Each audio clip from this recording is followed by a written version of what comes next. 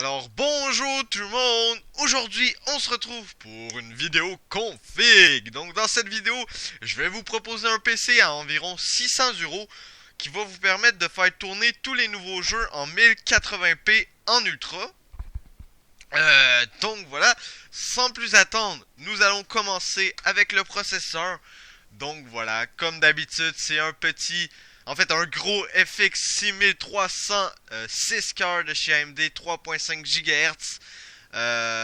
Donc voilà, certains vont me dire pourquoi t'as pas pris un processeur Intel, blablabla. Regardez, pour le même prix, le seul truc Intel que je peux avoir, voilà, le FX 6300 est à 112 €.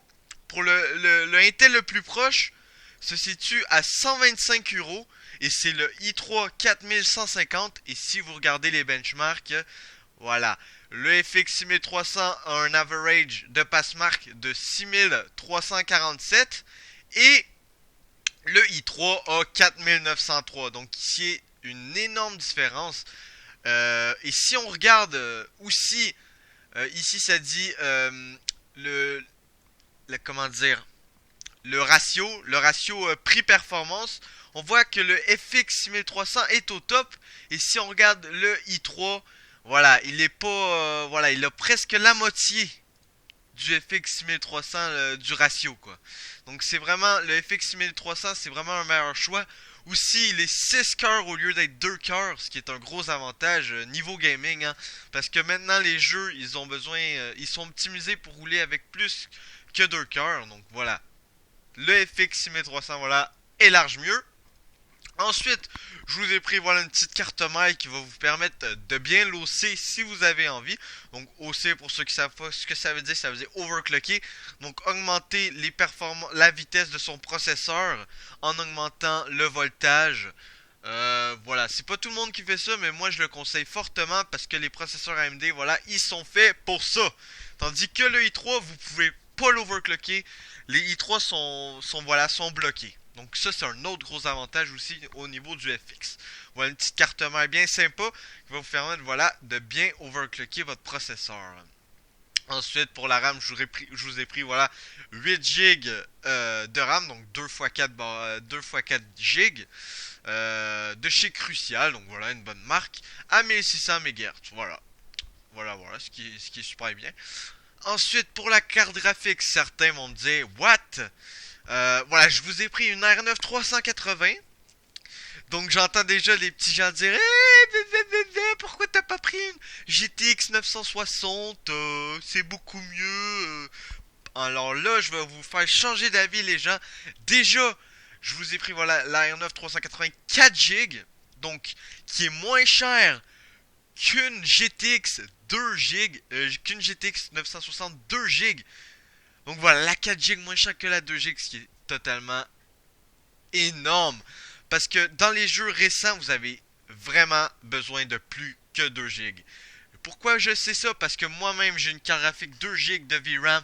Et franchement, je sens dans des jeux que c'est pas assez. Voilà, la carte graphique 4 GB moins chère qu'une GTX 962 GB. Donc voilà, regardez, c'est complètement épique. Et en plus de ça, la carte elle est plus puissante. Donc je vais vous montrer des petits benchmarks. Donc voilà, on est sur un site User Benchmark, donc qui est un très bon site. Et vous pouvez voir ici que la R9 380 a une moyenne de plus 17% en rapidité. Donc que ce soit au niveau des images par seconde, des rendus voilà que la carte graphique a besoin, etc. Donc 17% plus rapide pardon. En plus de ça, j'ai un autre benchmark que voilà j'ai fait des petites bandes pour mieux que vous compreniez. Parce qu'en fait, vu que voilà les versions 2 GB à côté, j'ai pas voulu vous mélanger.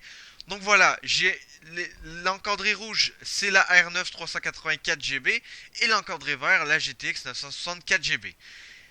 Donc sur Assassin's Creed, la R9 384 GB tout au max a scoré 37.1 FPS alors que la 960 a scoré 34.5 FPS, ce qui est un avantage de 7.4%, 7.54% pour la AR9 380.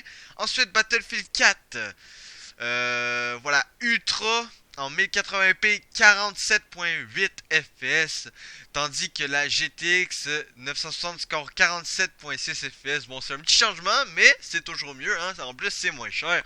Voilà, 0.42% de mieux. Ensuite, sur Crysis 3, Very High SMAA T2, donc ça, c'est un anti-aliasing vraiment demandant. Donc, la R9 380 va scorer 49.8, tandis que la GTX 960 va scorer 46.2, ce qui est un avantage de 7.79%. Ensuite, ça commence à être intéressant. Sur Far Cry 4, voilà, la R9 380 va scorer 53.8 FPS, tandis que la GTX 960 va scorer seulement 47.2. Donc ça peut paraître petit, mais ça représente quand même un avantage de 13.98%. What? Attendez, j'ai peut-être mal calculé. Ça n'a pas de l'air... ça a pas de l'air très juste. Je vais juste recalculer.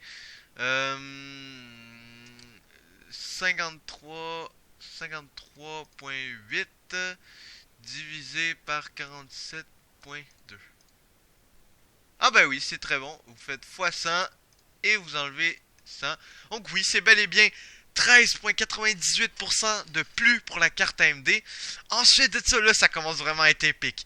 Shadow of Mordor, avec tout en ultra, à part les textures en médium qui scorent 64 FPS pour la R9 380, tandis que la GTX 960 score un 52.2 FPS, ce qui est un énorme avantage de 22.80%. Ensuite, sur Rise, donc voilà, le jeu, un jeu très beau. La R9 380 va scorer 49.5 FPS et la GTX 960 41.1. Ce qui donne un avantage de 20.44%. Donc le reste, vous êtes capable de lire. Hein. Voilà, j'en ai un peu marre d'énumérer ça. Donc la moyenne de gain, la moyenne de performance en plus chez la R9 380 est de 10.57%. Donc vous avez 10.57% en moyenne d'FPS de plus. Ce qui est totalement épique, sachant que la carte coûte moins cher. Voilà, et qui vous a... Voilà, c'est trop abusé, quoi. C'est trop abusé. Donc voilà. Bon, certains vont dire, il a été payé par Nvidia, mais par AMD, pardon, mais pas du tout. Vous pensez vraiment qu'à 500 abonnés, je vais être payé par AMD? Non, je suis juste un gros fanboy. Voilà, et j'en ai marre que les fanboys d'Nvidia disent la bullshit. Voilà, voilà. Non, sérieux, j'ai pas été payé par AMD, hein, ne vous en faites pas. Le Seagate Barracuda 1 TO pour le disque dur. Ensuite, je vous ai pris, voilà, le case. En fait, c'est vous qui choisissez. Moi, j'ai eu un Bitfinex parce que je les aime bien. Et finalement, voilà, Power Supply 600 watts de Cooler Master. Donc ça aussi, vous pouvez prendre celui que vous voulez, tant que c'est 600 watts minimum. Je sais que c'est conseillé 550 watts. Attendez, ça va changer. Ouais, je sais que ça dit 550 watts. Que à partir de là, c'est correct, mais ne me les écoutez pas. Hein. Prenez 50 watts en plus, c'est toujours mieux. Donc voilà, prenez 600 watts minimum et 700 watts maximum. Dépensez pas le 700 watts, ça sert à rien. Donc voilà, moi en tout cas, j'espère que cette petite vidéo config 614 € vous aura plu. Et nous, on se dit à plus tard les gens. Allez, peace!